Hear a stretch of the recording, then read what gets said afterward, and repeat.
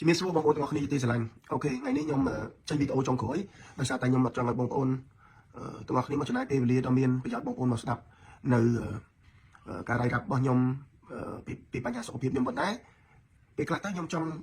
ធ្វើវីដេអូនេះដើម្បីក្រើនរំលឹកដល់បងប្អូនដែរឲ្យមានការប្រុងប្រយ័ត្នអូខេខ្ញុំនឹងរៀបរាប់តាំងពីដំបូងហើយបានខ្ញុំកើតកូវីដហើយបើសួរខ្ញុំថាកើតកូវីដនៅណាខ្ញុំក៏អត់ដឹងខ្លួនឯងដែរថ្ងៃទី8បាទថ្ងៃទី8ខែ5យើងខ្ញុំបានធ្វើដំណើរទៅខេត្តកំពង់ចាមនៅចំការទុរេនបងប្រុសញ៉ាំនេះឃីវបាទដើម្បីទៅប្រកួតបានមិត្តភាពនៅទីនោះដើម្បីផ្ដល់ថាបទពិសោធន៍ក៏ដូចជាបង្ហាញក្តីស្រឡាញ់រវាងខ្ញុំជាមួយនឹងអ្នកភូមិនៅទីនោះជុំគ្នានឹងបាទមានបងប្អូនកម្មករនៅទីនោះយើងបានស្វាគមន៍គ្នាយើងបានថតរូបមួយគ្នាហ្នឹងហើយយើងលេងកីឡាហើយល្ងាចឡើងក៏បានញ៉ាំបាយធម្មតាជប់លៀងធម្មតាអញ្ចឹងទៅស្អែកឡើងបាទស្អែកឡើងហ្នឹងក៏បានចូលទៅជាការត្រៀនបាទញ៉ាំអីធម្មតាប្រកបធម្មតាអត់មានស្អីទាំងអស់បាទហើយក៏មកដល់ផ្ទះពេលល្ងាចថ្ងៃទី9ហ្នឹងហើយថ្ងៃទី10ខ្ញុំសម្រាប់ថ្ងៃបាទខ្ញុំទៅលេងកីឡាធម្មតាទាំងអស់ហើយក៏ថ្ងៃទី11ព្រឹកថ្ងៃទី11ខ្ញុំក៏ធ្វើដំណើរទៅការប្រគំតន្ត្រីមួយនៅបាត់ដំបងស្រុកបវលបាទថ្ងៃនោះគឺគាត់តែភ្ញាក់ទៅខ្ញុំមានអារម្មណ៍ថាខ្ញុំអត់ទៅស្រួលខ្លួនប៉ុន្តែវាមិនមែនអត់ស្រួលខ្លួនខ្លាំងអីទេគាត់តែវាឈឺកខ្ញុំក៏ធម្មតាទៅខ្ញុំក៏ធ្វើដំណើរទៅចូលរយៈពេល5ម៉ោងបានទៅដល់ទីនោះហើយទៅដល់ទីនោះខ្ញុំកាន់តែមានអារម្មណ៍ថាអត់ស្រួលបាទខ្ញុំអត់ស្រួលខ្លាំងហើយក៏ឡើងបកស្រាយបទចម្រៀងក៏ឲ្យពុកម៉ែបងប្អូនជួយច្រៀងដោយសារពេលហ្នឹងខ្ញុំនិយាយឡើងចង់ចាញ់ហើយបាទខំប្រឹងមែនទែនឆាតតន្ត្រីមួយហ្នឹងបាទតន្ត្រីចុងក្រោយខ្ញុំខំប្រឹងមែនទែនដើម្បីឲ្យកម្មវិធីហ្នឹងបានបញ្ចប់ដល់រលូនបាទដល់ពេលបញ្ចប់ហើយប្រហែលជាម៉ោង10យប់មកដល់10យប់ខ្ញុំចេញមកខេត្តមកពេញវិញបងប្អូនខ្ញុំចេញមកពេញវិញមានម្ដងពេញណាបងប្អូនទៅនៅត្រឹមកំពង់ឆ្នាំងដល់ម្ដងពេញទេដោយសារតែខ្ញុំអស់មែនទេមកកាច់ខ្ញុំវាធ្វើខ្ញុំឈឺខ្លួនខ្ញុំឈឺក្បាលខ្ញុំវិលមុខខ្ញុំក្តៅមុខខ្ញុំពិបាកបន្តដំណើរម្ដងពេញបាទហើយខ្ញុំគិតថាសម្រាប់សិនទៅគីឡូខ្ញុំហត់ពេកហើយសម្រាប់ទៅព្រឹកឡើងសិនបន្តដំណើរមកទៀតគីឡូឲ្យបានល្អ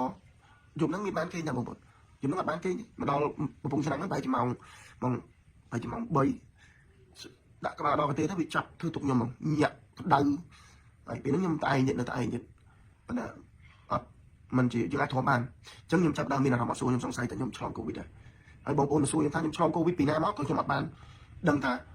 ឆ្លងពីណាមកដែរហើយបងប្អូននៅបាត់ដំបងដឹងថ្ងៃហ្នឹងអ្នកបវលខ្ញុំអត់មានបានចុះទៅចាប់ដៃបងប្អូនខ្ញុំអត់បានចុះទៅស្វាគមន៍បងប្អូនដោយការចាប់ដៃឬការអោបពីទេដោយសារតែខ្ញុំដឹងខ្លួនខ្ញុំថាខ្ញុំអត់សូវស្រួលខ្លួនអូខេហើយបន្ទាប់នឹងមកក៏ខ្ញុំមកសម្រាប់នៅភ្នំពេញគឺខ្ញុំអត់ទាន់ទៅពិនិត្យពេទ្យទៀតខ្ញុំអត់ទាន់ឲ្យពេទ្យពិនិត្យខ្លួនឯងទៀតខ្ញុំសម្រាប់នៅផ្ទះព្យាបាលលេបដូលីប្រានលេបដាហ្វាហ្គងអីធម្មតាអញ្ចឹងទៅប៉ុន្តែពីមួយថ្ងៃទៅមួយថ្ងៃខ្ញុំមានអារម្មណ៍ថាដូចយ៉ាប់ទៅពួកខ្ញុំគិតដូចបងប្អូនខ្ញុំគិតថាជាបដាសាយធំដែលយើងធ្លាប់ជួបប្រទេសណាខ្ញុំគិតថាអញ្ចឹងខ្ញុំគិតថាបដាសាយធំដោយសារតែយើងអត់បានចាប់អារម្មណ៍ថាត្រូវទៅឆ្លងកូវីដពីព្រោះកូវីដវាបាត់ 4-5 ឆ្នាំហើយវាត្រូវមកវិញយើងអត់បាននឹកឃើញទេតែដល់ពេលខ្ញុំធ្ងន់មែនតើខ្ញុំពិបាកមែនតើទៅខ្ញុំក៏ឲ្យគ្រូសាស្ត្រខ្ញុំទៅខេមាបាទដើម្បីទៅពិនិត្យសុខភាពតែខ្ញុំឈឺអីទៅដល់និយាយពីអាការអីទៅបែបគាត់ប្រាប់ថាសង្ស័យបងគាត់មានបញ្ហាកូវីដគាត់ប្រាប់ថាអេកូវីដអី 4-5 ឆ្នាំហើយកូវីដអីមកអីទៀតបងកូវីដឥឡូវពេទ្យគាត់បានប្រាប់ខ្ញុំថាបងកូវីដឥឡូវលឿនណាបងមកវិញច្រើនណាអ្នកជំងឺមកកើតកូវីដច្រើនតាបងអត់ដឹងខ្ញុំថាខ្ញុំអត់ដឹងតែរឿងថ្មីតែបើថារឿងកើតកូវីដហ្នឹងខ្ញុំដូចមិនច្បាស់ហើយក៏គេក៏បានបងឈាមខ្ញុំទៅនឹងពេលសម្រាប់6ชั่วโมงខ្ញុំនេះបាទប្រហែលជាកន្លះម៉ោងក្រោយបានគេចេញលទ្ធផលមកគឺខ្ញុំវិជ្ជមានកូវីដហើយបងប្អូនដែលត្រូវការអីគេត្រូវការលទ្ធផលពីពេទ្យបានជឿបងប្អូននេះខ្ញុំមានលទ្ធផលទៅបងប្អូននេះលទ្ធផលខ្ញុំនេះពេទ្យចាំខ្ញុំដាក់ឲ្យបងប្អូនមើលអូខេខ្ញុំដាក់ឲ្យបងប្អូនមើលដើម្បីឲ្យដឹងទាំងអស់គ្នាអូខេនៅពេលដែលខ្ញុំទៅដល់ពេទ្យនោះគេដាក់សរោមខ្ញុំហើយគេផ្ដល់ថ្នាំហើយខ្ញុំរៀងបាត់ក្រៅខ្លួនបាត់ញាក់ខ្ញុំក៏មកសម្រាប់នៅផ្ទះក៏ខ្ញុំបានបោះសារមួយខ្ញុំថាបងប្អូនកូវីដអត់ទាន់ទៅណាទេចាក់ស្ដែងខ្ញុំកំពុងតែបងប្អូនប្រយ័ត្នប្រយែងខ្លួនកូវីដអត់ទាន់ទៅណាទេចាក់ស្ដែងខ្ញុំកំពុងតែកើតផ្ទាល់ហ្នឹងហើយខ្ញុំកំពុងតែកើតផ្ទាល់មែនខ្ញុំបោះ status ហ្នឹងហើយក៏ខ្ញុំទាញទៅដោយសារតែខ្ញុំពិបាកក្នុងខ្លួនចឹងពេទ្យឲ្យខ្ញុំសម្រាប់ច្រើនដល់ល្ងាចឡើងខ្ញុំភ្ញាក់មកឃើញបងប្អូន share ផុសប្រងព្រាតបារម្ភខ្វល់ខ្វាយពីសុខភាពខ្ញុំ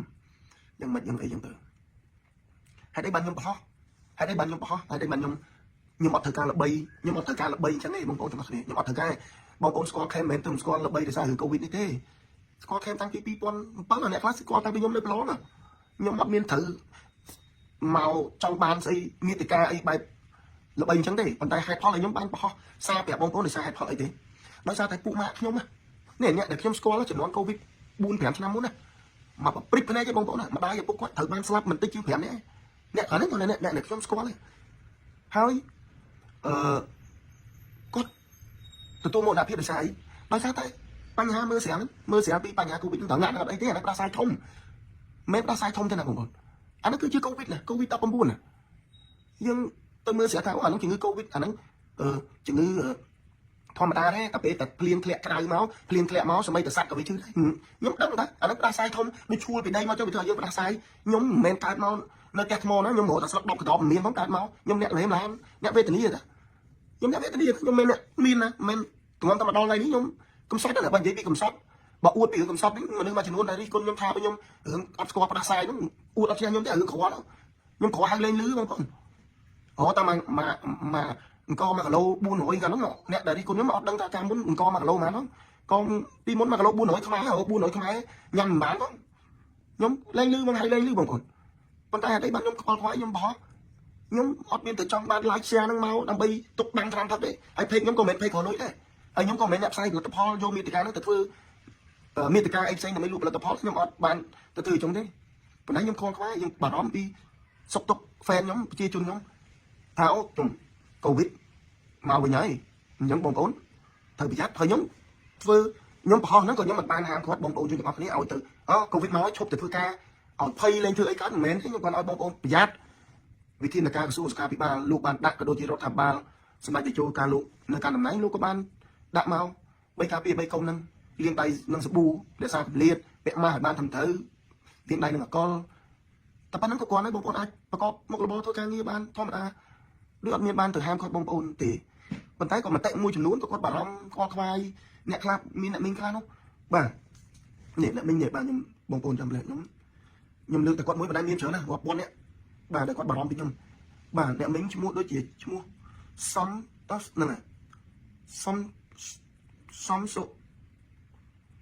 ស្អីគេនេះឈ្មោះសំសុឆាតាហ្នឹងសំសុជាតាបាទគាត់ទៅស្អីខុសបែបសំសុជាតាហ្នឹងហើយស៊ីមសុជាតាបាទអ្នកមីងនៅពេលដែលខ្ញុំកំពុងតែពិបាកនឹងគាត់អត់ឲ្យស្គាល់គាត់ទេមកខ្ញុំទេព្យាយាមទេផ្ញើថ្នាំឲ្យខ្ញុំទាំងយប់គាត់មានថ្នាំស្អីគាត់របៀបខ្មែរនោះមានលំអងការជូបមានស្អីគាត់គាត់ផ្ញើមកហ្នឹងជាការស្រឡាញ់ fan ណាគាត់អាណិតគាត់ឃើញខ្ញុំនេះលំបាកអញ្ចឹងគាត់ជួយខ្ញុំហើយសួរថាការជួយនឹងខុសអត់ខុសទេអាហ្នឹងយើងខ្មែរយើងស្រឡាញ់គ្នាអញ្ចឹងខ្ញុំបកមកក្រោយវិញខ្ញុំធ្វើវីដេអូខ្ញុំធ្វើអីឡើងខ្ញុំបកឡើងគឺមិនចង់ឲ្យបងប្អូនយល់ថាខ្ញុំទៅជាមនុស្សបំពុលសង្គមខ្ញុំឲ្យបងប្អូនប្រយ័ត្នឲ្យបងប្អូនត្រៀមខ្លួនមើលបងប្អូនមើលថៃក៏ឆ្លងឥឡូវនេះងាកមិនព័ត៌មានខ្ញុំបានមើលនៅសិង្ហបុរីឆ្លងជាង 10000 នាក់ក្នុងមួយសប្តាហ៍ហ្នឹងបងប្អូនហើយប្រទេសមហាអំណាចប្រទេសធំៗដូចអឺរ៉ុបដូចអាមេរិកដូចប្រទេសធំៗហ្នឹងហើយដោយសារតែការមើលស្រាលជំងឺនេះហើយតែម្នាក់ត្រៀមខ្លួនអត់ទាន់ណាត្រៀមខ្លួនទទួលយកវាអត់បានត្រៀមខ្លួនទទួលយកវាបានងាប់រាប់លានអ្នកហើយសួរថាអ្នកដែលស្លាប់ទទួលមរណភាពដោយ COVID-19 នេះមិនមែនតិចទេបងប្អូនរាប់លានអ្នកណាអញ្ចឹងបងប្អូនទាំងអស់គ្នាខ្ញុំនិយាយទៀតឲ្យបងប្អូនទាំងអស់គ្នាមេត្តាគិតគូវាប៉ុន្តែមិនមែនគិតដល់ថ្នាក់មិនទៅធ្វើការមិនទៅប្រកបមុខរបរឈប់ធ្វើអីទាំងអស់នៅតែផ្ទះទេនៅតែផ្ទះទៅបើតែខ្ញុំទៅនៅតែផ្ទះអត់មានបាយញ៉ាំប៉ុន្តែគាត់ថាពេលដែលយើងចេញយើងត្រូវការពារមានម៉ាស់មានជែលមានអាល់កុលឥឡូវហ្នឹងមិនបាច់ទេមកត្រៀមដល់ជែលត្រៀមអាល់កុលទេនៅរេស្តូរ៉ង់គេមានជែលគេមានអាល់កុលឲ្យយើងលាងស្រាប់ប៉ុន្តែអ្វីដែលសំខាន់គឺម៉ាស់ទីយើងពាក់ម៉ាស់ឲ្យបានច្រើនហើយបងប្អូនអាចប្រកបមុខរបរបងប្អូនអាចធ្វើបានតាមចិត្តអ្វីដែលបងប្អូនកំពុងធ្វើអូខេហើយសម្រាប់វិធីព្យាបាលគឺបងប្អូនដូចសពម្ដងដូចដល់បងប្អូនអ្នកដែលធ្លាប់កាត់កូវីដក៏ដូចតែគ្នាហ្នឹងវិធីព្យាបាលគឺមិនជាបបាក់អីទេកុំព្យាយាមនៅកន្លែងដែលចង្អៀតបងប្អូនព្យាយាមរកកន្លែងណាដែលធំឲ្យមានពេលព្រឹកឲ្យមានថ្ងៃចាំចូលឲ្យមានកម្ដៅមកហើយកុំព្យាយាមបើកម៉ាស៊ីនត្រជាក់ហ្នឹងហើយទៅតែខ្ញុំអត់បើកដង្ហើមផងនិយាយទៅខ្ញុំឃើញបងប្អូនកំពុងនិយាយហ្នឹងគឺបែកញជោគតែម្ដងអញ្ចឹងថ្នាំដូចអ្វីដែលយើងធ្លាប់លេបអញ្ចឹងថ្នាំឥឡូវនេះក្រសួងសុខាភិបាលក៏បានចេញថ្នាំមកដែរថ្នាំចាំខ្ញុំដាក់នៅខមមិនឲ្យបងប្អូនឬក៏ខ្ញុំដាក់តិចខ្ញុំយកវីដេអូនឹងទៅឌីតឲ្យខ្ញុំដាក់ថ្នាំឲ្យបងប្អូនមើលតែខ្ញុំប្រើថ្នាំអីចឹងណាអូខេហើយមួយទៀតដែលខ្ញុំជឿពីរដងអ្វីដែលជាបទពិសោធន៍របស់ខ្ញុំល្អសម្រាប់យើងបំផុតគឺឆ្ពងគឺជាវិធីគេថាវិធីព្យាបាលដ៏មានប្រសិទ្ធភាពទីបំផុតសម្រាប់អ្នកកើតកូវីដបងប្អូន អ្នកដែលមានលទ្ធភាពទៅក៏គេទិញអាទូជពងធំទៅតម្លៃជាង100ទៅអ្នកដែលអត់មានលទ្ធភាពទៅក៏គេទិញអាទូទៅហើយបងប្អូនកាន់តែអត់មានលទ្ធភាពបងប្អូនក៏នៅតែអាចធ្វើបានបងប្អូនដាំទឹកទៅនឹងឲ្យជាមួយនឹងអាឆ្នាំងយើងនឹងដាក់គុណកៃដាក់លក្ខសោចនឹងឲ្យដាក់ដូចស្ងោរជ្រក់ខ្ញុំនិយាយត្រង់ដូចស្ងោរជ្រក់ហើយយើងយកអាពួយយើងស្ដាប់មកយើងដាក់ហុំយើងទៅហើយយើងឆ្ពងវាទៅហើយឆ្ពងមួយថ្ងៃបាន2 ដងទៅបងប្អូនខ្លាំងជាងអីទាំងអស់គឺឆ្ពងនឹងគឺខ្លាំងជាងអីទាំងអស់ក៏ប៉ុន្តែអានេះវិធីដែលយើងគេថាវិធីព្យាបាលដែលយើងរកឃើញដែលខ្មែររកឃើញបាទសម្រាប់នៅអាមេរិកនៅលោកសេរីក៏គេជឿថាដែរខ្មែរយើងធ្វើចឹងទាំងអស់បាទប៉ុន្តែថ្នាំពេទ្យក៏យើងត្រូវតែលេបដែរបងប្អូនទាំងអស់គ្នាថ្នាំពេទ្យក៏ត្រូវតែលេបដែរយើងលេបព្រមគ្នាហ្នឹងហើយយើងមានថ្នាំហ្នឹងមកយើងក្អកយើងលេបថ្នាំក្អកទៅហើយខ្ញុំធ្វើវីដេអូនេះមិនបំភ័យបងប្អូនទេឲ្យបងប្អូនការពារក្នុងនាមខ្ញុំជាខ្មែរខ្ញុំស្រឡាញ់បងប្អូនទាំងអស់គ្នាមែនទែនអរគុណបងប្អូនទាំងអស់គ្នាសម្រាប់ការស្រឡាញ់ហើយអរគុណបងប្អូននៅនេះសមុទ្របងប្អូននៅប្រទេសកូរ៉េនៅជប៉ុននៅថៃនៅម៉ាឡេស៊ីបងប្អូនយើងជាពលករដែលឆាតមកសួរសុខទុក្ខខ្ញុំបានឆ្លើយខ្ញុំមិនបានឆ្លើយតាមខមមិនឬក៏តាម message ផ្ទាល់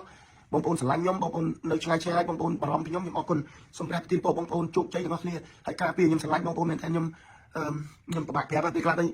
គេថាយើងសំដែងការនិយាយគេថាយើងសំដែងប៉ុន្តែខ្ញុំអត់សំដែងទេខ្ញុំដឹងខ្លួនខ្ញុំម្ដងនេះខ្ញុំកើតចេញពីកន្លែងណាខ្ញុំមានតម្លៃដោយសារអ្នកណាហើយខ្ញុំមិនភ្លេចទេកន្លែងនេះខ្ញុំបេះដូងខ្ញុំដឹងប៉ុន្តែខ្ញុំត្រូវតែប្រាប់បងប្អូនខ្ញុំត្រូវតែទោះបីអ្នកណាគេឆ្ងល់តែត្រូវប្រាប់ទៅត្រូវបានគេជេរប្រាប់ទៅអីប្រាប់ចុះខ្ញុំប្រាប់ដើម្បីឲ្យបងប្អូនខ្ញុំល្អប៉ុន្តែជាមានពីណាមកផ្លុំទៅជាបងប្អូនឲ្យបងប្អូនហ្នឹងយល់ថាខ្ញុំហ្នឹងអ្នកខ្លះទៅថាខ្ញុំហ្នឹងបំផាយស្ថានភាពពីរឿងស្អីភាសាតំន់ពីកោះគុជទាញខ្ញុំអត់ព្យាយាមអត់ឲ្យខ្ញុំធ្វើនយោបាយតែទាញខ្ញុំទៅចូលនយោបាយខ្ញុំប្រាប់រឿងកូវីដព្យាបាលនិងព្យាយាមការពារខ្លួនប៉ុន្តែមនុស្សមួយចំនួននោះព្យាយាមយកខ្ញុំទៅចូលនយោបាយខ្ញុំអត់មានចូលនយោបាយខ្ញុំប្រហែលអត់មានចូលនយោបាយទេហើយបងស្រីម្នាក់មួយនៅស្រុកក្រៅមួយនោះក៏ចឹងដែរគាត់ថាខ្ញុំនឹងត្រូវបានគេជួលហើយគេទៅសន្យាមួយគ្រួសារខ្ញុំថាពេលខ្ញុំឯងងាប់ទៅខ្ញុំឯងគេនឹងឲ្យគ្រួសារខ្ញុំឯងសុខសប្បាយហើយ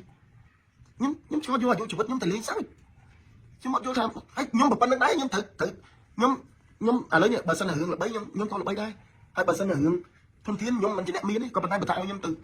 វេទនាក៏ខ្ញុំមិនវេទនាដែរហើយខ្ញុំចាំបាច់ទៅបដោះឲ្យថាដូចតែបដោះបដូរជាមួយនឹងជីវិតខ្លួនឯងនឹងរឿងបែបអញ្ចឹងនេះខ្ញុំនិយាយទៅមុខស៊ីនេះបងប្អូនអត់មានបែបហ្នឹងទេបងប្អូន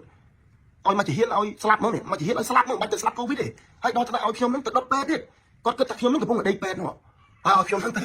បើគេមិនឲ្យគង់តែងាប់អញ្ចឹងដែរគេមិននឹងដុតអាពេទ្យដែលខ្ញុំកំពុងតែព្យាបាលកំពុងតែស្លាប់ព្យាបាលដុតតែងាប់ទាំងអស់គ្នាទៀតទៅដល់ពេលដល់អញ្ចឹងទៅខ្ញុំហួសចិត្តហ្មងខ្ញុំមានអារម្មណ៍ថាហេពីណាទៅលៀងខួរក្បាលអ្នកឯងបែបអញ្ចឹងហើយខ្ញុំនិយាយរឿងល្អមិនទៅ